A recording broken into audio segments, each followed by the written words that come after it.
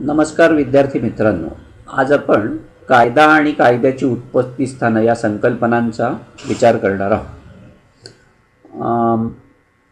साधारणतः आपण जर अशा परिस्थितीचा विचार केला, उदाहरणार्थ एखाद्या खेळाचा विचार करूया. मग खेळ कोणत्याही पद्धतीचा असो, कबड्डी असेल, खो खो असेल, क्रिकेट असेल किंवा इतर कुठल्याही पद्धतीचा, की प्रत्येक खेळाचा जर आनंद घ्यायचा असेल तर तो खेळ नियमांनी खेळणं हे केव्हाही चांगलं असतं. नियमांशिवाय कुठलाही खेळ खेळायला गेला तर त्यातला आनंदच आपला हिरावला जातो किंवा आनंद आपण हरवून बसतो. तशाच पद्धतीनं माणसाच्या वर्तनाच्या संदर्भातली सुद्धा गोष्ट आहे. मानवी वर्तणुकीसंबंधी काही सर्वसामान्य असे नियम आहेत आणि म्हणूनच मनुष्य इतरांशी समंजसपणे वागतो आणि आपलं समाज जीवन कंठत असतो असं आपल्याला म्हणता येईल. ॲरिस्टॉटलनं असं म्हटलं होतं की ज्यावेळेस मनुष्य सत्सद विवेकबुद्धीने वागतो त्यावेळेस तो श्रेष्ठतम प्राणी असतो. न्याय आणि कायद्याशिवाय वागणारी व्यक्ती ही निकृष्ट दर्जाची प्राणी असते. म्हणजे एका अर्थानं नियमांसहित किंवा बंधनांसहित जीवन जगणं हे खरं जीवन आहे आणि त्यामुळे बंधनं किंवा नियम किंवा कायदे ज्याला आपण म्हणतो हे मानवी जीवनाचा अविभाज्य भाग आहेत असं आपल्याला म्हणता येईल. ॲरिस्टॉटलनं कायदा म्हणजे सत्सद विवेकबुद्धीचा निर्णय असं म्हटलेलं आहे आणि हा निर्णय भावनेमुळे विचलित होत नसतो असं त्याचं म्हणणं होतं. म्हणजे नियम हे कधीही भावनेवरती आधारित नसतात किंवा कायदे हे कधीही भावनेवरती आधारित नसतात, तर ते सत्सद विवेकबुद्धीवरती आधारलेले असतात असं ॲरिस्टॉटलचं म्हणणं होतं. मनुष्याप्रमाणेच कोणताही समाज नियमाशिवाय आपलं काम करू शकत नाही आणि नियमाशिवाय जर म्हणजे समाज चालवायचा म्हटला तर ते अशक्य कोटीतली गोष्ट होईल. ती अराजक सदृश परिस्थिती निर्माण होते. म्हणजे मग बळी तो कानपिळी किंवा मत्स्यन्याय ज्याला आपण म्हणतो तशा प्रकारची राज्यव्यवस्था निर्माण होऊ शकेल. कोणीच कोणाचं ऐकणार नाही. प्रत्येकजण आपलं म्हणणं खरं करण्याचा प्रयत्न करेल आणि अशा परिस्थितीमध्ये ज्याच्याकडे सत्ता आहे, ज्याच्याकडे सामर्थ्य आहे, अशी माणसं ही दुर्बलांना अंकित करण्याचा प्रयत्न करतील. अशा प्रकारची अराजकीय परिस्थिती ज्याला आपण म्हणतो ती परिस्थिती निर्माण होऊ शकते.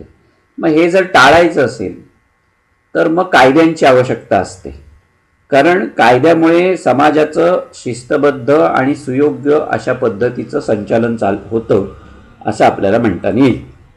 आता हे नियम किंवा हे कायदे कधी तयार झाले याविषयी म्हणजे जेवढा लिखित भाग आहे तेवढ्यापर्यंतच आपण मागे पोहोचू शकतो. पण मनुष्यानं कधीतरी सुसंघटित समाज जीवनाची आकांक्षा त्याची जी होती ती पूर्ण करण्यासाठी नियम तयार केले असावेत आणि त्यातून मग पुढे कायद्याची कल्पना जी आहे ती वाढीस लागली किंवा वृद्धीस लागली असं आपल्याला म्हणता येईल. थोडक्यात काय तर कायदा आणि नियमबद्ध वर्तणूक जी आहे तीच माणसाच्या यशाची किंवा माणसाच्या जीवनाची खरी गुरुकिल्ली आहे असं आपल्याला म्हणता येईल. आता लॉ हा शब्द जो आहे तो ट्युटॅनिक शब्द आहे. लेग, LEG, लेग या शब्दापासून तो तयार झालेला आहे. लेग या शब्दाचा अर्थ किंवा लॅग या शब्दाचा अर्थ सर्वमान्य, इंग्रजीमध्ये ज्याला विच इज फिक्स्ड असं म्हटलं जातं किंवा सर्वांना सारखा असणारा, विच इज युनिफॉर्म अशा पद्धतीचा होतो. म्हणजे सर्वमान्य, सर्वांसाठी एकच अशा पद्धतीचा कायदा म्हणजे सर्वांसाठी एकच या अर्थानं कायद्याकडे किंवा त्या नियमाकडे बघितलं जातं. कायदा म्हणजे प्रत्येक क्षेत्रात चालणारी राज्याची सत्ता अशा पद्धतीची व्याख्या प्राध्यापक मॅक आयव्हर यांनी केलेली आहे. कायद्याद्वारे राज्याची इच्छा व्यक्त होते. सार्वभौम सत्ता ही एक अमूर्त संकल्पना आहे. कायदा मात्र मूर्त आहे. कायदे आपल्याला दिसतात, सार्वभौम सत्ता दिसत नाही असं त्याचं म्हणणं होतं. कायदा म्हणजे सार्वभौम सत्तेचं व्यक्त स्वरूप आहे. त्याला अनुसरून राज्यातील प्रत्येक व्यक्ती आणि व्यक्तिसमूह यांना वागावं लागतं. कायद्याचं उल्लंघन जर झालं तर व्यक्तीला शिक्षा होते आणि अशा कायद्याला सार्वभौम सत्तेचं पाठबळ असतं असं आपल्याला म्हणता येईल. ऑस्टिननं राज्याची जी काही आपल्या कायद्याची जी काही व्याख्या केलेली आहे त्याच्यामध्ये तो असं म्हणतो की राज्याच्या सार्वभौमानं आपल्यापेक्षा कनिष्ठ व्यक्तींना दिलेली आज्ञा म्हणजे कायदा. ऑस्टिननं रूढी, प्रथा, संकेत, चालीरीती यांच्याकडे दुर्लक्ष केलं आणि त्यामुळे ती कायद्याची जी व्याख्या तो करत होता ती सदोष ठरली. हेनरी मेन यांनी कायद्याची व्याख्या करताना असं म्हटलंय की कायदा म्हणजे सर्वमान्य चालीरीती, रूढी, प्रथा, संकेत आणि राजकीय सत्ता याच्यावरती आधारित असणारा नियम होय. थोडक्यात असं म्हणता येईल की सार्वभौम सत्तेनं अंमलात आणलेला मनुष्याच्या बाह्य वर्तणुकीच्या संदर्भातला सामान्य नियम म्हणजे कायदा. प्राध्यापक हॉलंड यांनी अशा पद्धतीची व्याख्या केलेली आहे. प्राध्यापक वुड्रो विल्सन यांनी असं म्हटलंय की शासन संस्थेकडून समान नियमांच्या स्वरूपात ज्यांना स्पष्ट आणि औपचारिक मान्यता मिळते आणि ज्यांना दंडशक्तीचा आधार असतो असं समाजात प्रस्थापित झालेले जे काही आचार, विचार किंवा सवयी ज्या असतात त्यांना कायदा असं म्हटलं जातं. अशा रीतीनं प्राध्यापक विल्सन यांनी कायद्याच्या मागे शासनाची सत्ता किंवा सामर्थ्य असल्याशिवाय कायदे परिणामकारक होत नाहीत अशा पद्धतीची भूमिका घेतलेली आहे. आणि त्या कायद्यामागे किंवा त्या कायद्याचं उगमस्थान रूढी, प्रथा, परंपरा, संकेत यामध्ये असतं अशा पद्धतीची भूमिका प्राध्यापक विल्सन यांनी मांडली. प्राध्यापक हॉलंड यांनी कायदा म्हणजे मनुष्याच्या बाह्य वर्तणुकी संबंधीचा नियम होय असं सांगून तो सर्वश्रेष्ठ मानवी सत्तेकडून तयार होतो असं स्पष्टपणे म्हटलेलं आहे. प्राध्यापक गटेल यांनी शासनाच्या आज्ञांची वैधानिकता स्पष्ट केली आणि कायद्यानं घालून दिलेल्या पद्धतीनुसार आज्ञा देण्याचा अधिकार हा शासन संस्थेला असतो असं सांगितलेलं आहे. म्हणजे एका अर्थानं आपल्याला कायद्याबाबतीत मॅकायवर यांनी जे काही म्हटलेलं होतं की कायदा म्हणजे राज्याची प्रत्येक क्षेत्रामध्ये चालणारी सत्ता, त्याला कायदा असं म्हटलं जातं असं म्हणता येईल. आता मग कायद्याची वैशिष्ट्य नेमकी कोणत्या पद्धतीची सांगता येतात. एक म्हणजे कायद्याची निर्मिती ही विधी निर्मात्यांनी मुद्दाम किंवा जाणीवपूर्वक केलेली असते.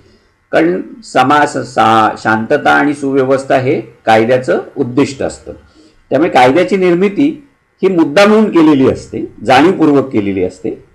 कायदा हा मनुष्याच्या बाह्य वर्तणुकीशी संबंधित असतो.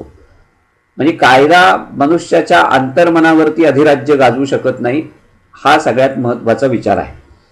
कायद्याला दंडशक्तीचं पाठबळ असतं. दंडशक्तीच्या जोरावरती कायद्याची अंमलबजावणी होते.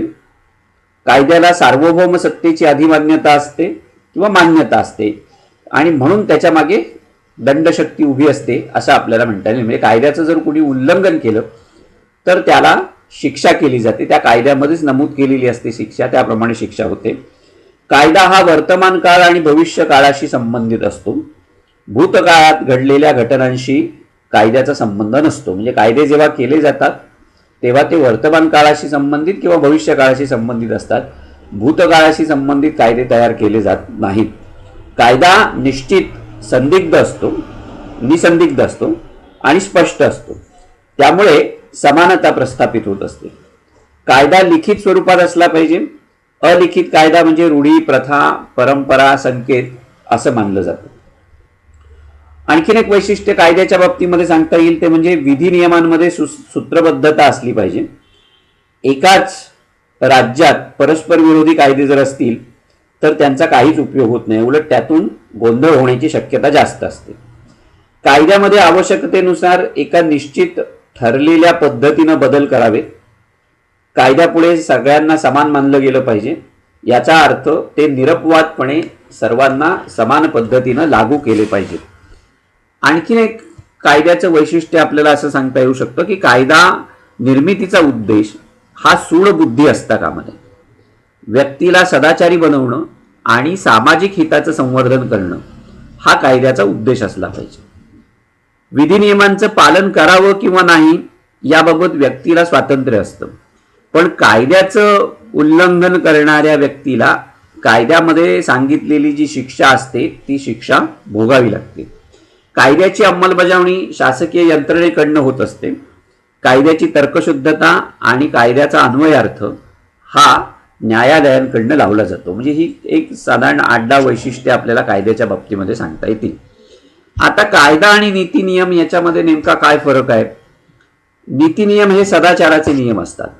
योग्य काय आहे, अयोग्य काय आहे, चांगलं काय आहे, वाईट काय आहे, तरतम काय आहे, किंवा नैतिक अनैतिक ज्याला आपण म्हणतो, धर्म अधर्म, कर्म कुकर्म, अशा याचा विचार जो असतो तो नीती नियमांमध्ये होतो. नीती नियम हे अंतर्मनांचे नियम असतात. त्यांची सुरुवात ही विचारांपासून होते. राजकीय नियम हे मनुष्याच्या बाह्य वर्तणुकीच्या संदर्भातले असतात. म्हणजे कायदा हे मनुष्याचं बाह्य वर्तन नियंत्रित करत असतात आणि नीती नियम जे असतात ते मनुष्याचं अंतर्मन नियंत्रित करतात असं आपल्याला म्हणता येईल. कायद्याची सुरुवात जी होते ती एका अर्थानं आचारापासून होते असं आपल्याला म्हणता येईल. दोन्ही जे आहेत नीती नियम आणि कायदे, या दोन्हीही नियमांच्या माध्यमातून मनुष्याचं सद्वर्तन कसं व्हावं याचाच विचार केला जातो. म्हणून कायदा आणि नीती यांची फारकत करणं किंवा त्याच्यामध्ये फरक करणं इष्ट नाही किंवा योग्य नाही अशा पद्धतीची भूमिका सुद्धा अनेक जण मांडताना आपल्याला दिसतात. आता कायदा आणि नीती याच्यामध्ये नेमका कोणत्या पद्धतीचा भेद आहे? म्हणजे प्राचीन काळी कायदे आणि नीती नियम यांच्यामध्ये भेद नव्हता.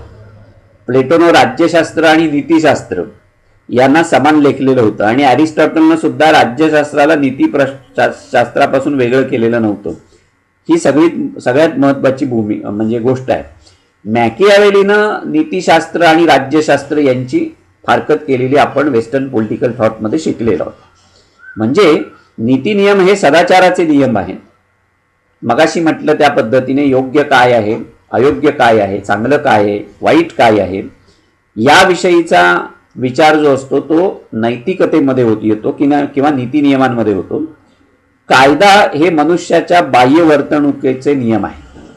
म्हणजे राजकीय नियमांची सुरुवात किंवा कायद्याची सुरुवात जी आहे ती मनुष्याच्या आचरणापासून सुरू होते आणि नैतिक नियमांची सुरुवात जी होते ती मनुष्याच्या विचारापासून सुरू होत असते. कायद्याला दंडशक्तीचा आधार असतो. कायद्यामध्ये शिक्षा स्पष्ट केलेली असते. नीती नियमांमध्ये तशी नसते. त्यामुळे कायद्यामध्ये जर त्या कायद्याचं पालन केलं नाही तर संबंधित व्यक्तीला शारीरिक किंवा आर्थिक दंड होतो. नीती नियमांना दंडशक्तीचा कोणत्याही पद्धतीचा आधार नाही आणि त्यामुळे त्याचं जर उल्लंघन झालं तर शारीरिक किंवा आर्थिक शिक्षा होण्याचा कोणत्याही पद्धतीचा प्रश्न येत नाही. ते सर्वस्वी मनुष्याच्या आचार विचारांवरती ती गोष्ट सोडून दिलेली आहे. विधी नियमांमध्ये निश्चितता, काटेकोरपणा, एकसूत्रता, निसंदिग्धता असते. नीती नियमांमध्ये ती नसते. नीती नियम हे व्यक्तिसापेक्ष असतात, कायदे हे परिस्थिती सापेक्ष असतात. म्हणजे हा त्यातला मूलभूत फरक आहे असं आपल्याला म्हणता येईल. आता कायदे परिस्थिती सापेक्ष असतात. त्यांची निर्मिती, व्यवहार, उपयोगिता हे सगळं जे आहे ते सुव्यवस्थेवरती आधारित असतं असं आपल्याला म्हणता येईल. उदाहरणार्थ घोड्याच्या शर्यतीवरती पैज लावणं हे कायदेशीर कृत्य आहे, पण नैतिक दृष्टिकोनातून जर बघितलं तर आपण त्याला जुगार म्हणतो. त्यामुळे ते नैतिक दृष्टिकोनातून चूक आहे, पण कायदेशीर दृष्टिकोनातून ते बरोबर मानलं जातं. नैतिक दृष्टिकोनातून ज्या गोष्टी म्हणजे योग्य असतात त्या कायद्याच्या दृष्टिकोनातून योग्य असतीलच असं नाही. उदाहरणार्थ वेश्या व्यवसाय असेल, मद्यपान करणं असेल, सट्टाबाजी करणं असेल, जुगार खेळणं असेल, ह्या गोष्टी नैतिकदृष्ट्या आपण अयोग्य समजलेल्या आहेत, पण कायदेशीर दृष्टिकोनातून त्यांना अधिमान्यता आहे किंवा कायदेशीर दृष्ट्या त्या गोष्टी योग्य ठरतात. त्यामुळे कायद्याच्या दृष्टीने वाहतुकीचे नियम योग्य असले तरी त्याचा विचार जो आहे तो नैतिक दृष्टिकोनातून योग्य ठरत नाही असं आपल्याला म्हणता येईल. इतकं असलं तरीही कायद्याला एका विशिष्ट मर्यादेपर्यंत नैतिक पातळी सांभाळावी लागते. ही गोष्ट आपल्याला नाकबूल करून चालणार नाही.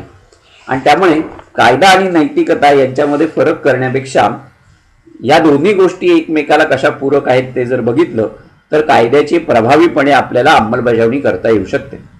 आता आपण कायद्याच्या उत्पत्ती स्थानांची चर्चा करूया की कायदे कसे निर्माण झाले असतील. एक 5-6 उत्पत्ती स्थानं आपल्याला कायद्याच्या बाबतीमध्ये सांगता येऊ शकतात. एक म्हणजे सामाजिक चालीरीती. त्यातलं पहिलं जे उत्पत्ती स्थान म्हणून आपण म्हणूयात त्याला, म्हणजे कायदे कसे निर्माण झाले तर सामाजिक चालीरीती, प्रथा, रूढी, परंपरा, संकेत हे कायद्याचं म्हणजे प्राचीन असं उगमस्थान आहे किंवा पहिलं उगमस्थान ज्याला आपण म्हणतो तशा पद्धतीचं आहे. कारण रूढी किंवा प्रथा समाजामध्ये कशा आणि केव्हा निर्माण झाल्या हे सांगणं फार कठीण आहे. पण एक गोष्ट अगदी निश्चित आहे किंवा एखादी गोष्ट व्यक्तीनं वारंवार करणं आणि इतरांनी त्याचं अनुकरण करणं, यातून चालीरीती, रूढी, परंपरा किंवा संकेत निर्माण झाले असावेत असं म्हणता येऊ शकतं. म्हणजे ह्या चालीरीतींची निर्मिती सामाजिक जीवनाच्या गरजेनुसार किंवा न्यायनीतीच्या कल्पनेनुसार पूर्वीच्या काळी कधीतरी झाली असावी असं आपल्याला म्हणता येईल.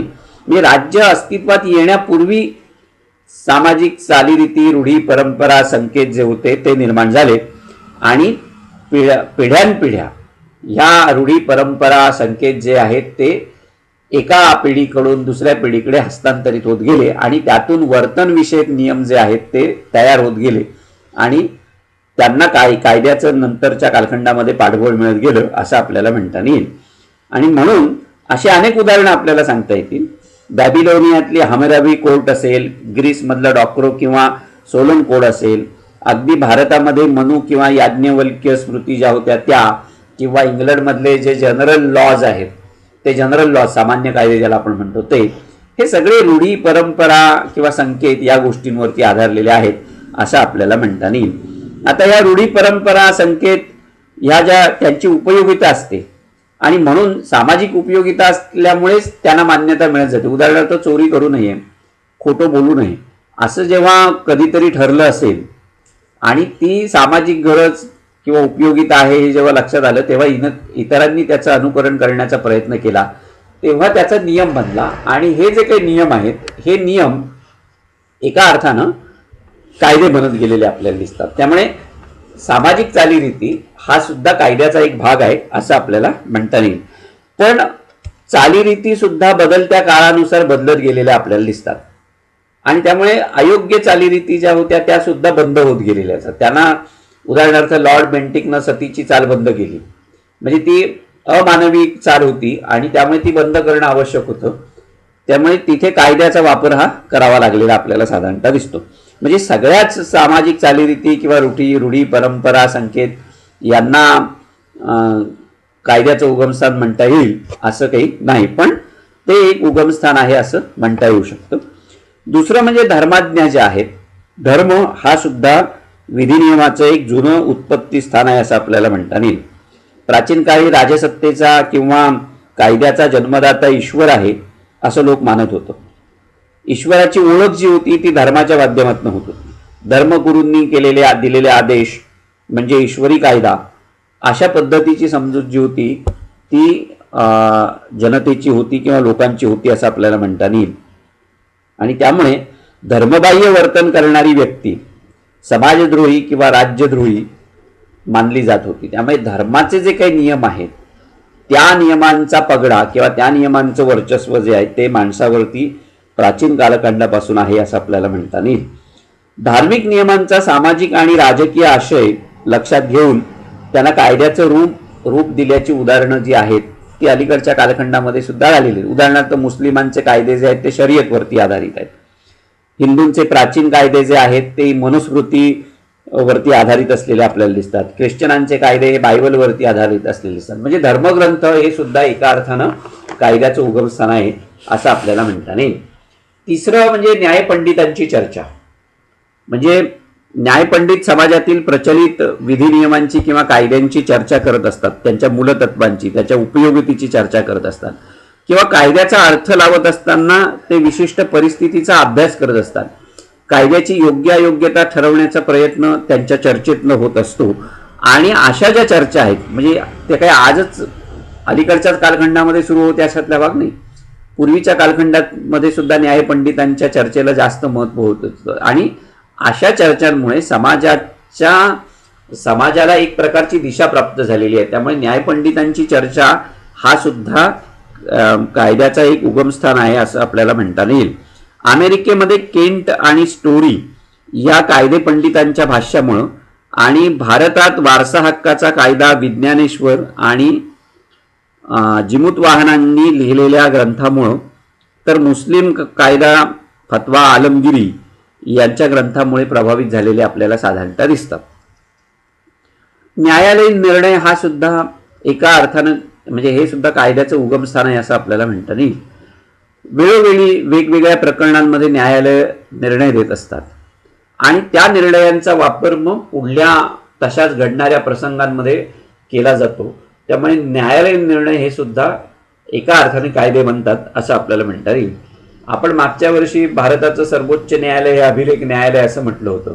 सर्वोच्च न्यायालयाने दिलेले निर्णय हे इतर न्यायालय प्रमाणभूत मानतात भारतामध्ये आणि तशाच केसमध्ये जर काही कॉम्प्लिकेशन्स निर्माण झाली तर सर्वोच्च न्यायालयाचे मागच्या केसमधले निकाल जे आहेत ते तपासले जातात आणि न्यायाधीश तशा पुढच्या केसेसमध्ये तसे निर्णय देत असतात. म्हणजे एका अर्थानं न्यायालयांचे निर्णय हे सुद्धा कायदे बनत असलेले आपल्याला साधारणतः दिसतील. आणि सगळ्यात महत्त्वाचा आणखीन एक सोर्स जो आहे कायद्याचा तो म्हणजे न्यायबुद्धी, समन्याय बुद्धी म्हणता येईल. समन्याय बुद्धीचा अर्थ असा होतो की न्यायाची समानता किंवा शुद्धता राखण्यासाठी जुन्या कायद्यांमध्ये स्वतःच्या सत्सद विवेक बुद्धीनुसार कायद्यांनी केलेलं परिवर्तन किंवा न्यायाधीशांनी केलेलं परिवर्तन. न्यायाधीश बऱ्याच वेळेला प्रचलित कायद्यांचा अर्थ लावण्याचा प्रयत्न करत असतात, पण परिस्थिती बदलल्यानंतर त्या परिस्थितीनुसार कायद्याचा अर्थ लावणं गरजेचं असतं. आता उदाहरण म्हणजे शहाबानो खटल्यामध्ये मुस्लिम महिलांना पोटगीचा अधिकार द्यावा की न द्यावा शर्यतमध्ये त्याचा उल्लेख म्हणजे कुठेही नव्हता. अशा वेळेला भारताच्या सर्वोच्च न्यायालयातल्या न्यायाधीशांनी मानवी दृष्टिकोनातून मुस्लिम महिलांना सुद्धा पोटगीचा अधिकार आहे अशा पद्धतीचा निर्णय दिला. याला समन्याय बुद्धी असं म्हणतात की सारासार विवेक बुद्धीचा वापर करून जेव्हा कायद्याचा अर्थ लावला जातो किंवा नियमांचा अर्थ लावण्याचा प्रयत्न केला जातो तेव्हा त्याला आपण म्हणजे त्यातून कायद्यांची निर्मिती होते असं आपल्याला म्हणता येईल.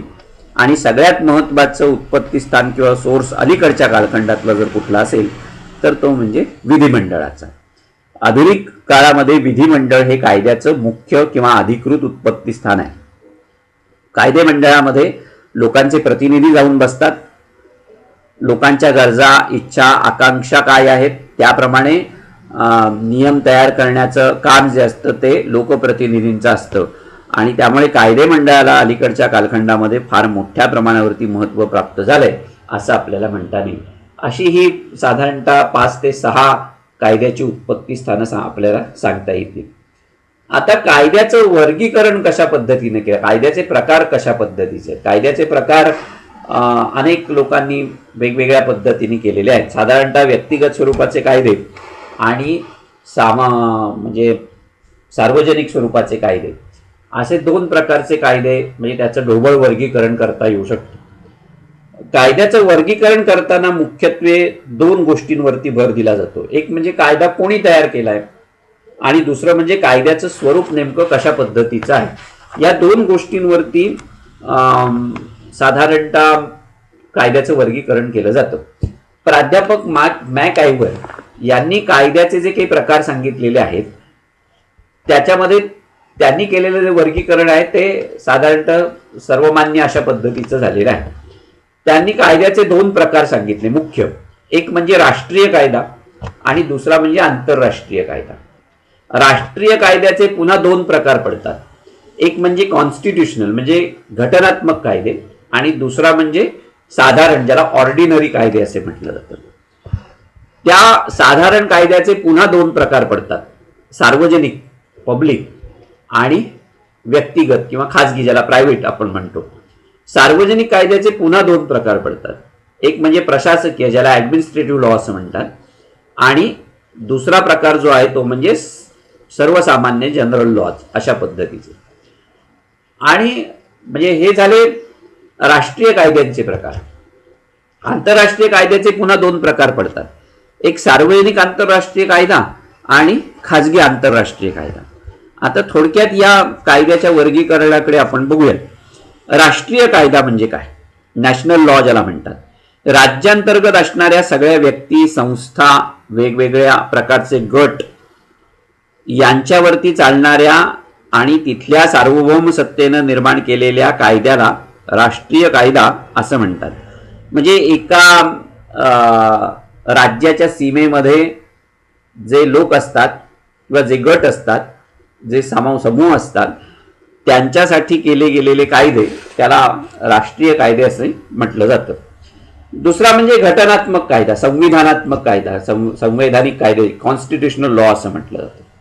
ज्या कायद्यानं राज्य व्यवस्थेचं स्वरूप, त्याप्रमाणे राज्याचे वेगवेगळे विभाग, त्यांची रचना, त्यांचे अधिकार, त्यांची कामं, नागरिकांचे अधिकार, नागरिकांची कर्तव्य काय असतील, हे जे काय असतं ते नमूद केलं जातं. त्याला घटनात्मक कायदे असं म्हटलं जातं. भारतामध्ये राज्यघटनेच्या माध्यमातून या सगळ्या गोष्टी नमूद केलेल्या आहेत. आता घटनात्मक कायदे लिखित किंवा अलिखित अशा दोन्ही प्रकारचे असतात. इंग्लंड हे अलिखित कायद्याचं उत्तम उदाहरण आहे आणि भारत आणि अमेरिका ही जगातली लिखित कायद्याची उत्तम उदाहरण आहेत. आता ह्याचे पुन्हा आणखीन दोन प्रकार पडतात. ते म्हणजे साधारण कायदा, ज्याला ऑर्डिनरी लॉ असं म्हटलं जातं. ज्या कायद्याचा संबंध घटनेशी नसतो आणि ज्या कायद्याद्वारे नागरिकांचे परस्पर संबंध तसेच नागरिक आणि सरकार यांचे संबंध स्पष्ट केलेले असतात, त्यांना ऑर्डिनरी किंवा सर्वसाधारण कायदे असं म्हटलं जातं. आता सर्वसाधारण कायद्याचे पुन्हा दोन प्रकार पडतात. एक म्हणजे सार्वजनिक आणि दुसरा म्हणजे व्यक्तिगत असे. व्यक्ती आणि राज्य यांच्यातील संबंध निश्चित करणारे जे कायदे असतात त्यांना सार्वजनिक कायदे असं म्हटलं जातं. आणि ज्या कायद्याद्वारे व्यक्तीतील संबंधांचं नियमन होतो त्याला व्यक्तिगत किंवा खाजगी कायदे असं म्हटलं जातं. उदाहरणार्थ विवाह, घटस्फोट अशा प्रकारचे जे कायदे असतात ते व्यक्तिगत कायद्यामध्ये येतात. आता शासकीय कायदे नेमके कशा पद्धतीचे असतात? प्रशासकीय कायदे, ज्याला ऍडमिनिस्ट्रेटिव्ह लॉज म्हटलं जातं, की ज्या नियमांच्या द्वारे विधिमंडळ आणि न्यायमंडळ यांना वगळून शासन संस्थेचं संघटन, कार्यपद्धती, सत्ता आणि कर्तव्य स्पष्ट केली जातात, त्यांना प्रशासकीय कायदा असं म्हटलं जातं. सर्वसामान्य कायदा कशाला म्हणतात? तर राज्यव्यवस्थेचं प्रमुख काम जे आहे ते देशात शांतता आणि सुव्यवस्था प्रस्थापित करणं हे आहे. त्यासाठी सार्वजनिक हित आणि कल्याण लक्षात घेऊन राज्यानं तयार केलेले जे काही विधिनियम असतात किंवा जे कायदे असतात त्यांना सर्वसाधारण कायदे असं म्हटलं जातं. याच्या व्यतिरिक्त काही अध्यादेश काढले जातात, ज्याला ऑर्डिनन्स म्हटलं जातं, की ज्या वेळेला विधिमंडळाचं कामकाज चालू नसतं अशा वेळेला सरकारला अध्यादेश काढण्याचा किंवा ऑर्डिनन्स काढण्याचा अधिकार आहे. आता आणखीन कायद्याचे काही प्रकार सांगता येतात. दिवाणी कायदे, सिव्हिल लॉज म्हटलं जातं. नागरिकांच्या मालमत्तेच्या संदर्भामध्ये किंवा नागरिकांच्या हक्कांच्या संदर्भामध्ये नियमन करणारे जे कायदे असतात त्यांना दिवाणी कायदे असं म्हटलं जातं. त्याची अंमलबजावणी राज्याच्या दंडशक्तीच्या आधारानं केली जाते. फौजदारी कायदा जो असतो, क्रिमिनल लॉ त्याला म्हटलं जातं, की राज्यातल्या गुन्हेगारी प्रवृत्तीला आळा घालण्यासाठी आणि शांतता आणि सुव्यवस्था प्रस्थापित करण्यासाठी जे कायदे केले जातात त्यांना फौजदारी कायदे असं म्हटलं जातं. त्याची अंमलबजावणी सुद्धा राज्याच्या दंडशक्तीच्या आधारानं केली जाते. याच्याशिवाय सैनिकी कायदा असतो, की राज्यातल्या लष्कर प्रमुखानं सैन्यामध्ये सुव्यवस्था निर्माण होण्यासाठी जे नियम केले जातात त्यांना सैनिकी कायदा असं म्हटलं जातं. न्यायालयानं निर्मित केलेले कायदे, प्रथा, परंपरा, न्यायबुद्धी यांना अनुसरून न्यायाधीश कधी कधी निर्णय देत असतात आणि असा निर्णय देताना न्यायाधीश प्रचलित कायद्याचा विचार करतात आणि प्रचलित कायदा निर्णय देण्यास जेव्हा अपुरा ठरतो तेव्हा न्यायाधीश स्वतः सारासार बुद्धीचा विचार करतो आणि निर्णय देत असतो. त्याला न्यायालयानं निर्मित केलेले कायदे असं म्हटलं जातं. विधिमंडळ निर्मित कायदे म्हणजे कायदेमंडळाकडून ज्या कायद्यांची निर्मिती होते त्यांना विधिमंडळ निर्मित कायदे असं म्हटलं जातं. म्हणजे असे वेगवेगळे कायद्यांचे प्रकार आहेत असं आपल्याला म्हणता येईल. आज इथे आपण थांबू आणि पुढच्या भागामध्ये राजकीय आबंधन म्हणजे काय आणि राजकीय आबंधनाचे आधार नेमके कोणत्या पद्धतीचे आहेत ते पहा. धन्यवाद.